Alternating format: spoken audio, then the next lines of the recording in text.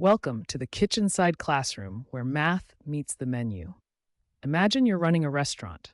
The dining room looks full, the POS shows sales, and yet the bank balance doesn't feel like it's growing. In the next few minutes, we're going to transform one of the scariest numbers on a restaurateur's P&L, labor cost percentage, into your smartest ally for profit.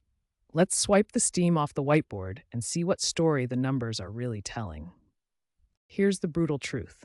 If your labor cost percentage creeps past 30%, each plate you serve could be quietly siphoning money from your bank account instead of filling it. For every dollar that comes through your door, how much is being consumed by labor? This single percentage tells you if your restaurant is actually turning sales into profit. It's the difference between rocket-fast stability and a slow nosedive into closure. Tonight, we're asking, how do you flip that percentage from red to green? Most operators try to manage labor with gut feel or napkin math, but these hidden leaks, like phantom shifts, unplanned overtime, and benefit creep, quietly inflate payroll.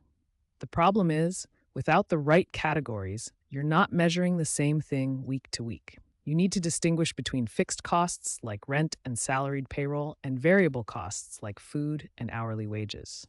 Without this granular understanding, you're essentially flying blind. Today, we'll expose the gaps these old methods leave behind. Before we calculate, we need to define labor the way your P&L experiences it. It's not just wages, it's taxes, benefits, and even turnover costs. Enter our two workhorses. Formula 1, labor cost divided by gross sales times 100. This measures labor as a slice of every dollar ringing through your POS. Formula 2, labor cost divided by total operating cost times 100.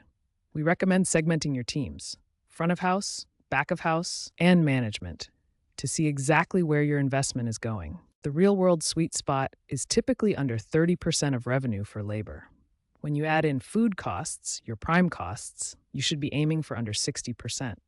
Of course, context matters. Fine dining may flirt with 35% because of high service standards, while fast casual hits lower. The breakthrough isn't just the number, it's tracking it weekly.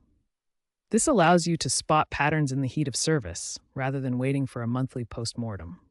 If your percentage is too high, you have 3 immediate levers. First, resculpt your schedule. Remove phantom shifts so staffing matches actual guest demand. Second, rethink your hours. If Tuesday lunch isn't pulling its weight, closing preserves payroll. Third, and most powerful, fire up marketing. Rising sales lift all boats, allowing the same labor to cover a larger top line. These metrics transform labor management from a reactive scramble into a proactive strategic advantage. The shift happens when you move from yearly guesswork to a weekly ritual. Forecast your covers, schedule to that forecast, and then review your metrics every Monday morning. By reviewing labor as a percent of sales and by hours per group, you'll see the friction. Maybe the dish room is overscheduled or manager coverage overlaps needlessly. Over 4 cycles, you'll watch the percentage lock onto its target like a smart thermostat holding temperature. You're no longer wondering where profits went, you're designing profitable service. Step away from the expo line with one mission: run your labor cost codes this week. Map your costs into fixed and variable, define labor completely, including benefits and taxes, and track your prime costs against the 60% benchmark. Share this playbook with your managers and celebrate the first time that number flashes green. The stove is hot, the staff is ready, and your P&L is about to taste a whole lot better. Connect with Forks for the experienced accounting professionals your restaurant needs. Details in description below.